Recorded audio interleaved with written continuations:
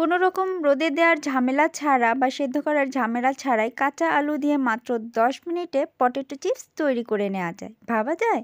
আসসালামু আলাইকুম everyone, welcome back to my channel.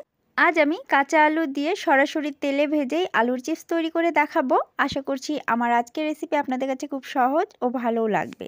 এর জন্য আমি এখানে মাঝারি সাইজের কয়েক পিস আলু নিয়েছি। এখন আলুগুলোর খোসা ছাড়িয়ে নিব। এখানে আমি বটির সাহায্যে খোসা ছাড়িয়ে নিচ্ছি। দেখুন এরকম পুরুত্বে খোসাগুলো ছাড়িয়ে নিব। আপনারা চাইলে চাকু দিয়েও ছাড়িয়ে নিতে পারেন। এখানে আলুগুলোর খোসা ছাড়িয়ে নিয়ে আমি সরাসরি এগুলো পানিতে দিয়ে রাখবো, তা না হলে কিন্তু কালো হয়ে যেতে পারে। এভাবে সবগুলো আলুর খোসা আমি ছাড়িয়ে নিয়েছি আর সবগুলোই পানিতে ভিজিয়ে রেখেছিলাম। এগুলোকে এখন কেটে নিব। তো আমি বটির সাহায্যেই চিকন স্লাইস করে কেটে নিচ্ছি। আপনারা দেখুন আমি কিভাবে কেটে নিচ্ছি। আপনারা চাইলে চাকুর সাহায্যে কিংবা আলু যে কাটে চিকন স্লাইস করে ওই গ্রেটার দিয়েও কেটে নিতে পারেন। এই পটেটো চিপস 5 টাকা বা 10 টাকার কিন্তু খুবই অল্প পরিমাণে কিনতে পাওয়া যায়। আর এভাবে যদি স্বাস্থ্যকর উপায়ে বাসাতেই তৈরি করে নেওয়া যায় তাহলে তো খুব ভালো হয়। ছোট থেকে বড় সকলেই পছন্দ করে খাবে।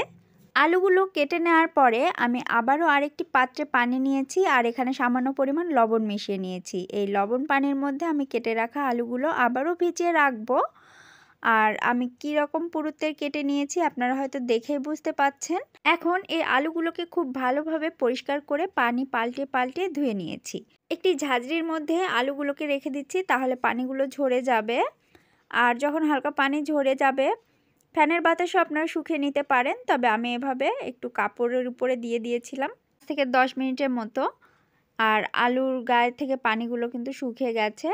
আমি আবারও আলুর পুরুত্বটা আপনাদেরকে ভালোভাবে দেখিয়ে দিচ্ছি। দেখুন আমি এর ব্যাক পাশে যে একটি আঙ্গুল রেখেছি এই আঙ্গুলটা কিন্তু বোঝা যাচ্ছে। ঠিক এরকম পুরুত্বের আলুগুলো কেটে নেবেন, তাহলে খুব তাড়াতাড়ি ভাজা হবে। আলুগুলোকে ভেজে নেওয়ার জন্য একটি কড়াইয়ে পর্যাপ্ত পরিমাণে তেল গরম করে নিয়েছি। এর মধ্যে 1 পিস আলু ছেড়ে দিয়েছি। আলুটা যখন ভেসে আসবে তখনই বুঝে নিতে হবে যে তেল ভালো মতো গরম হয়ে গেছে। এবার এখানে আমি কিছু পরিমাণে আলুর পিস দিয়ে এগুলোকে ভেজে নিব।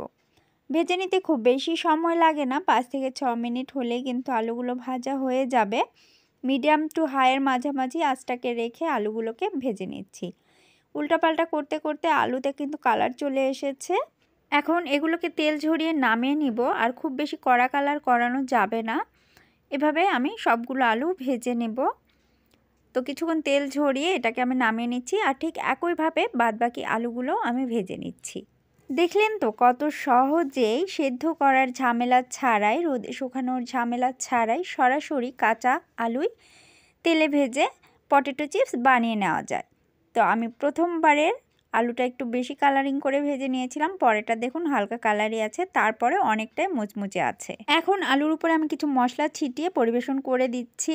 এখানে আমি সামান্য পরিমাণ লবণ দিয়ে দিয়েছি আর সামান্য পরিমাণে মরিচের গুঁড়ো দিয়ে মেখে নিচ্ছি। তবে আপনারা যদি এটা সংরক্ষণ করতে চান তাহলে একটা এয়ারটাইট বক্সে রেখে সপ্তাহ জুড়ে খেতে পারবেন।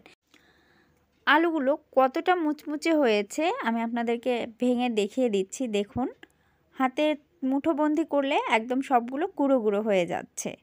প্রিয় দর্শক, আমার পটেটো চিপস রেসিপি ভালো লেগে থাকলে চ্যানেলটি সাবস্ক্রাইব করে দিবেন আর পাশে থাকা বেল আইকনটিতে ক্লিক করে রাখলে আমার নিত্য নতুন ভিডিও সবার আগে পেয়ে যাবেন। তবে আজ আর কথা বাড়াচ্ছি না, আজকের মতো এখানেই বিদায় নিচ্ছি। সবাই ভালো থাকবেন, সুস্থ থাকবেন। আল্লাহ হাফেজ।